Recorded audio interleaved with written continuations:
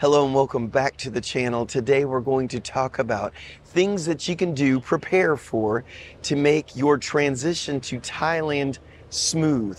Now the first thing that I'm going to go over with may sound ridiculous, like how could anyone forget this step? But you need a passport, so don't forget to get one.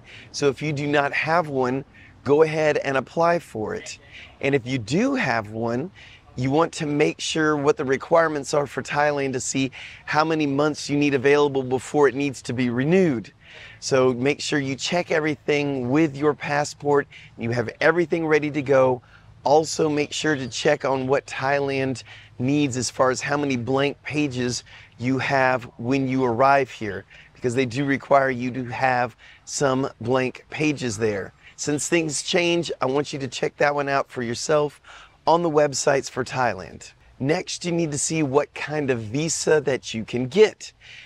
Do you want to come over here on a tourist visa? Easy enough. But what if you're wanting to stay here for a longer amount of time? Do you qualify for a retirement visa, which is age 50 and older? And there are some other requirements, but maybe that's something you qualify for. What if you're not 50? What kind of visa can you get? Something like an ED visa. There's many different visas, but what I want you to take from this video is that you're going to need to figure out what kind of visa that pertains to you and your situation that you do qualify for. I will put a link down in the description of a video more in depth with an expert in visas so you can review that. Another thing that you can do right now is start getting rid of things. So if you are planning on moving here, just try not to get rid of everything at the same time, because then you don't get as much money as you could have got if you take your time and sell some of your more expensive items, periodically throughout time before you come over here. So make sure you sell things, get rid of it, and what you don't want to get rid of, you may need to figure out where you're going to store it. Do you want relatives to watch the things you don't want to get rid of?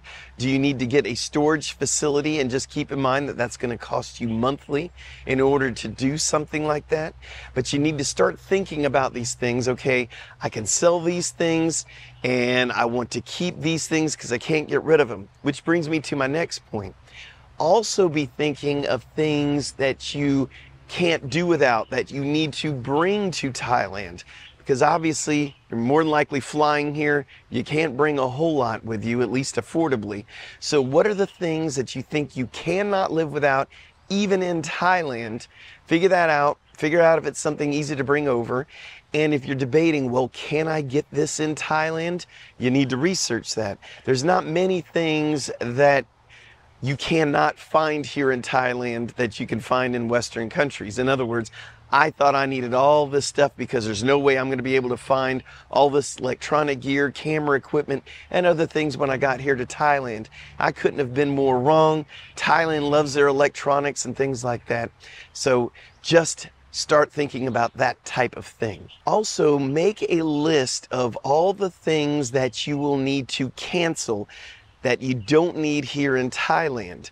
For instance, let's just say you have auto renewals on maybe it's some insurance policy or other things that pertain to things in your home country that you're not going to have anymore.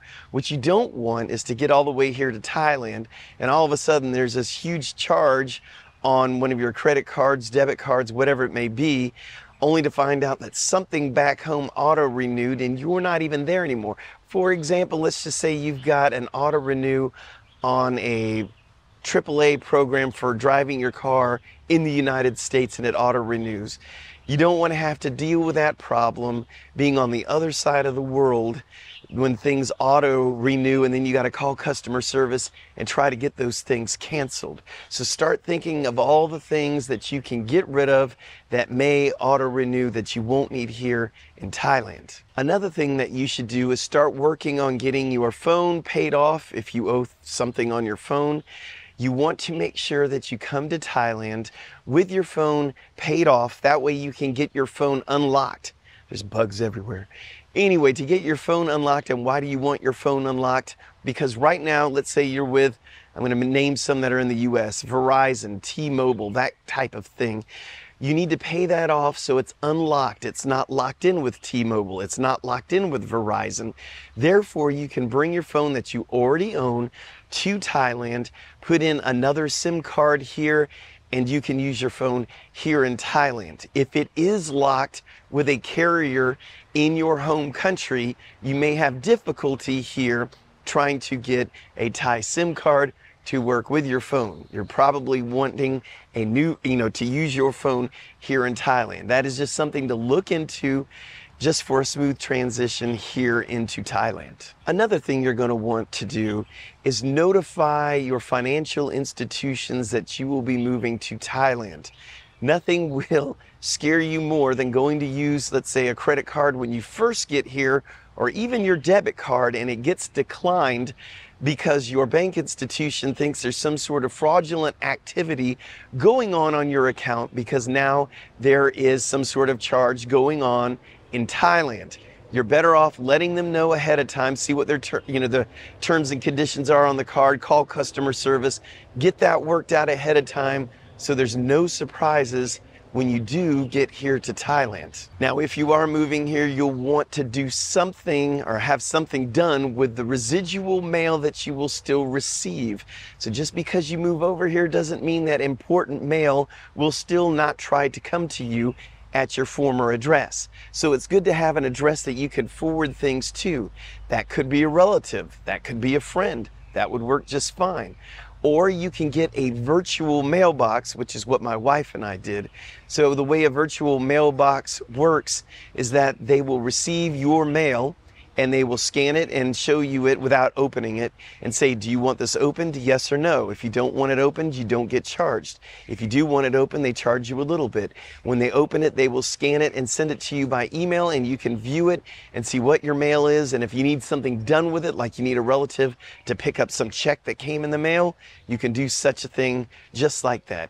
And we use iPostal One in the United States. I'm sure there's many other services, but we've chosen iPostal One and it's worked fine for 2.5 years. Now, let's say you're moving here. Let's talk about licenses for a minute. If you have a driver's license in your home country, then when you get here, bring that with you, and you won't have to go through a big schooling here in Thailand. You will need to see a safety video, and you will have to go, of course, to their, what they call the Provincial Land Transport Office. In the US, we would call it DMV.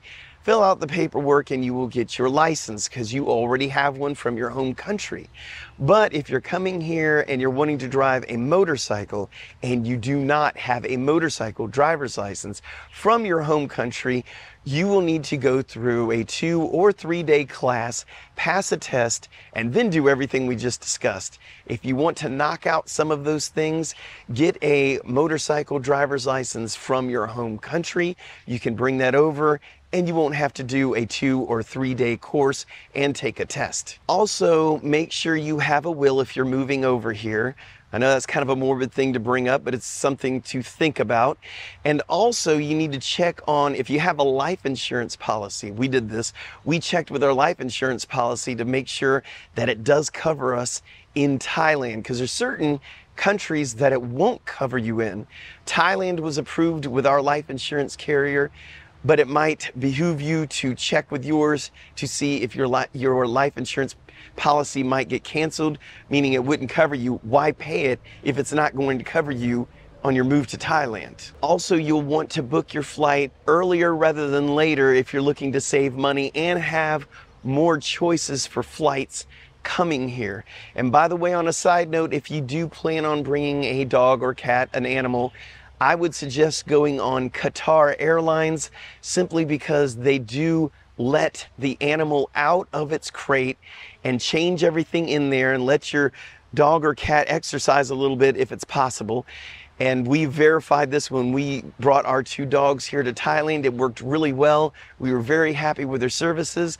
And if you're not going to use Qatar, make sure you do research the airline that you're going to use to see what their policies are with your pet. If this video was helpful at all, please consider buying us a coffee. We'd really appreciate it. And for some of you wanting one-on-one, I do have one-on-one video chats. If there's something specific you need to go over with one-on-one, that link for that is going to be in Buy Me a Coffee as well. There's a link down in the description along with our merchandise store. So I do have some shout outs for people who have donated to the channel, and they are as followed.